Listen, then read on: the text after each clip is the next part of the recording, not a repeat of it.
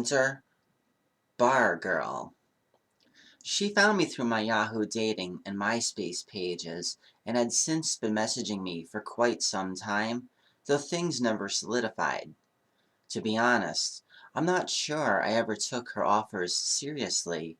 She just seemed too good to be true.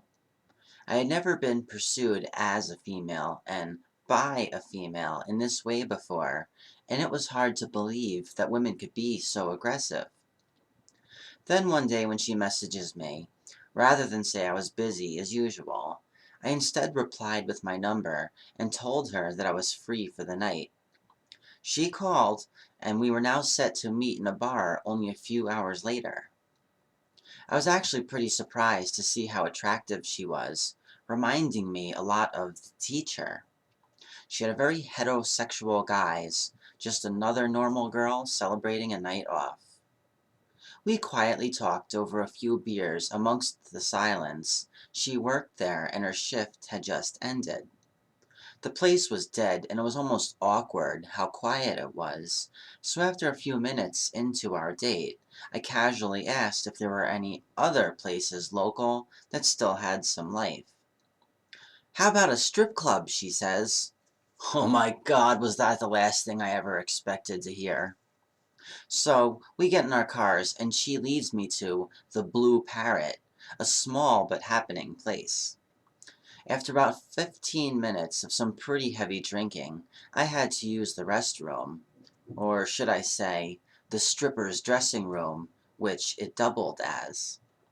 When I walked in, I was struck by the sight of 4 or 5 dancers doing what they do best, blowing coke and bitching about anything and everything.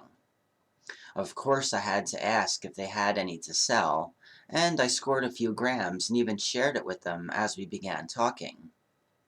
"How hard is it to get a job working here?" I asked. One girl said that she didn't know, but would go see if they were hiring. The boss comes in about 5 minutes later and takes my ID, and upon his return, he asked when was the soonest I could start. I told him as soon as possible. I said I was just getting into modeling and sex work, though the latter term caused him to pause. He then made it very clear that I had to keep things legal, but did say that I can start the following night around 8ish. Wow. So, I thanked the dancers and returned to Bar Girl to brag about what I had just done, and when I offered her some of the coke I bought, she ecstatically suggested that we then leave and head to her friend's house for some real fun, where something extraordinary happened. For once, I was the one being invited to a threesome and without a single argument. When I got to the club the next night, I was nervous as hell. This was going to put me on stage, something I had never done before. It was that rush again. This might have even been something of a fantasy for me. I knew I'd only be making a few dollars at a time, but I wasn't really interested in all that, as I was taking my pay in experience. I was again informed about the legalities of my actions before they finally cut me loose. I was given the rundown of house cuts and percentages, and was told that whenever I wasn't dancing, I should be in the field selling lap dances. I mingled for a while, and when I heard my name over the speaker, I just let it flow. I'd been watching how the other girls were doing it, and thankfully there was no pole. There were, however, a lot of mirrors, which proved to be an asset in getting comfortable with everyone watching, as it allowed me to focus my attention elsewhere. It wasn't long before I built up the confidence to turn and face my audience. It was now time to make my rounds and collect my shitty dollar. Afterwards, I tried pushing a few dances and hated the way it felt. I'm trying to find the right words to explain exactly how. Perhaps it made me feel cheap, bitchy, forceful, pushy. Needy! There we go. It made me feel needy, as in fake, as in I actually needed the money and was willing to do anything for it. This was just a game, a tease, and stripping for dollars just made me feel desperate. I did manage to sell at least one dance, however. I guess I hadn't realized it at the time, but all the while, I was being watched like a hawk by the bouncer, and what he ended up seeing was me letting the guy finger me. As soon as the dance was over, I got an ass reaming by the muscle. Apparently, they were expecting me to fuck up, and there was my official warning. Then before I knew it, it was my turn to hit the stage again, and here's where I met a guy who would later become a very close friend, Daryl. He seemed to have taken a liking to me, and I even sold him my second lap dance, but not because I wanted his measly $20. We quickly got to talking, and that's when I smelled cocaine on his breath, so I asked if he was interested in chillin' beyond club hours, at which point we traded numbers. Perhaps it was after witnessing this exchange of contact information that the bouncer now thought that I was using the place to score clients, which really pissed him off. I was then told that I couldn't dance anymore and had to go get dressed. I did as I was told, but left my changing bag in the dressing room, figuring that I'd at least stay and have a drink. So I woefully hit the bar and resumed my conversations with those I was told to view as dollar signs. Shortly after, I bumped into these two guys, questioning why I stopped dancing.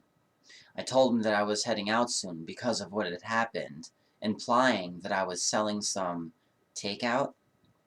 They obliged and asked if I wanted to come back to their hotel for some real work. We agreed on a price, and I told them that I'd be ready as soon as I finished my next beer. Then, as if that wasn't enough, I met another guy asking why I wasn't dancing. I gave him the spiel about my getting suspended, to which he replied with an extended offer to hang out with him in his truck for a while. And here is where things took a slightly wrong turn. I had asked him if there was to be some sort of compensation for my company, and he said sure. Only once we got in his truck and I found myself laying under him in the passenger seat, I hadn't yet received said compensation. He'd completely ignored my request and instead started talking about his dick, telling me how he wanted it in my pussy. I again told him, sure, but after you pay me. He still ignored me. His pants were now down and my skirt was up, and I never wore underwear. Needless to say, this was heading in a bad direction, as he again tried sticking his dick in me. I pushed him back, not really sure of what to say. A fireman by trade, he was naturally stronger than I. A little frightened at this point, I again pushed him back and questioned, "Do you even have a condom?" He said no. Now I was really worried, so I looked to him and demanded, "Look, don't make me feel dirty about this. I came out here because I wanted to. But we had an agreement. If you don't have all the money, that's fine. Just throw me something, and I'll at least make it enjoyable. And I do have a condom." It was all I could think of saying. I was still willing to go through with it, because I knew there was no way I was leaving that truck without getting fucked in one way or another. He had me pinned there with the door closed and all the windows tinted out. I was his for the taking, so I chose to play the whore card rather than get into a fistfight. Thankfully, he went into his wallet and traded me a 50 for the only condom in my possession. It was a miracle I even had one to begin with. It was in one of those condom keychains that says, "In case of emergency, break glass." And considering this was one hell of an emergency, I broke said glass and had the fireman put on his coat. It may have not been the brightest thing to do, but rather take my chances and run, I at least got paid and got him to wear protection. So there I was, making my way back into the club afterwards, when I was stopped by the doorman. I guess they had seen me go out to the fireman's truck, because they were all now yelling at me to get the fuck off the property. I begged for them to at least let me get my stuff from the back room, so they had one of the dancers escort me through before informing me that I was to never return. I would have otherwise went straight home thereafter, however those two guys were still waiting for me. I kept my word and agreed to go back with them. However, they did ask me to drive, as they had been drinking and were capable no longer, and on the way to their hotel, I got pulled over. Apparently, my registration was no good. I had only had that cougar for a short time, and must have forgotten to get it done. The cop had also seen me leave the strip club with these two knuckleheads, and was curious as to where we were all headed. I told him that we were friends and they were out of town on business, but I really don't think he bought it. So, he did what all cops love to do. They search you. I already had stuffed my drugs up my snatch as soon as I saw the lights, and luckily, so too did the guys in the back seat. Thank God he didn't find any of it, but he did have my car towed. Otherwise, the two guys were pretty cool overall. We partied and had our fun, and it was with them that I learned another very valuable lesson, this one concerning threesomes.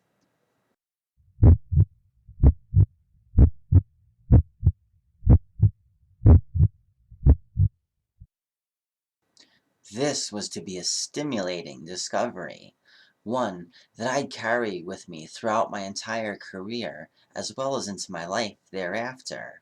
Learning this almost made the entire night's decadence worth it. Rhythm. In a threesome, depending on the number of members involved, things generally go a certain way. In this case, with two guys and one girl, the girl will usually be in the middle, giving oral to one person while getting fucked by the other. And the lesson taught to me is once I realized that by everyone putting forth their own rhythms, were we falling short of reaching the ultimate goal of any sexual encounter, the shared orgasm. In my humble opinion, the aim of any sexual encounter shouldn't just be that everyone gets off. It should be that everyone gets off at the same time. Just as with normal, regular people sex, there is no better experience than when the couple orgasms together, right? Now think about three people coming together, and you can exponentially increase the experience. What I realized was that there were too many rhythms going on at the same time. I even stopped the event and explained this to everyone because I was becoming agitated from repeatedly getting to the point of climax and having it taken from me by someone else in the group who was getting close as well, but trying too hard and forcing it, thus disturbing the peace. Since the fucker will always command the greatest rhythm of all, using his motions to set the stage for everyone else, the answer to this dilemma was to have the guy in the end completely stop and relax while I did my thing, allowing me to relax my own rhythm, which in essence would allow the fucker's rhythm to flow through me and give number three oral treats, rhythmatically speaking. And it worked out so much better. I had just learned the secret to the shared orgasm. Oh, and I almost forgot. The other thing about strip dancing, as fun as it can be, watch your knees. With all the adrenaline and attention, you quickly forget to realize the pain caused to your knees while you're dancing and crawling across the stage. The next day at work, I was wondering why the hell my legs were so sore, and when I rolled up my pants, I discovered that they were covered in black and blues. It's the little things that you'd never be made aware of, unless, of course, you were actually there.